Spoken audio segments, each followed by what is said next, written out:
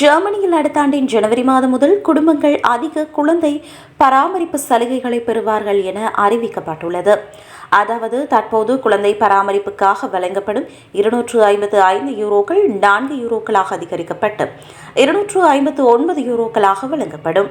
இதனால் ஆண்டுக்கு €60,000 சம்பாதிக்கும் 2 குழந்தைகளை கொண்ட ஒரு குடும்பம் ஆண்டுக்கு €306 அதிகமாக பெறுவர். பெற்றோர்கள் இந்த அதிகரித்த கொடுப்பனவை விண்ணப்பிக்காமலேயே பெறலாம். குழந்தை உதவித்தொகை பெற்றோருக்கு ஒரு முக்கியமான ஆதரவாகும் என அரசாங்கம் கூறுகிறது. 18 வயதுக்குட்பட்ட குழந்தைகளை கொண்ட அனைத்து குடும்பங்களும் இதை பெறலாம். 18 வயது தாண்டியும் குழந்தை தொடர்ந்து கல்வி அல்லது பயிற்சி நடவடிக்கைகளில் ஈடுபட்டிருந்தால் பெற்றோர்கள் குழந்தைக்கு 25 வயதாகும் வரை பணம் பெறலாம். இந்த அதிகரிப்புடன் 2026ஆம் ஆண்டில் குழந்தை வரி கொடுப்பனவும் €6,672 €6,828 உயரும்.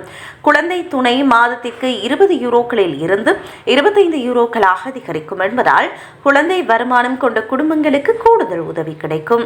அடிப்படை வரியில்லாத திருமண தொகையும் 2026ஆம் ஆண்டில் €12,096 உயரும். 2027இல் இந்த தொகை மீண்டும் உயரும். பணவீக்கம் இருந்த போதிலும் குடும்பங்கள் தங்கள் வருமானத்தை அதிகமாக வைத்திருக்க உதவும் வகையில் இந்த மாற்றங்கள் ஏற்படுத்தப்பட்டுள்ளன.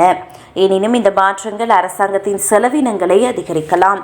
மாநிலங்கள் ஒவ்வொரு ஆண்டும் சுமார் €5.4 பில்லியன் வரி வருவாயை இதனால் இழக்கலாம் என தெரிவிக்கப்பட்டுள்ளது.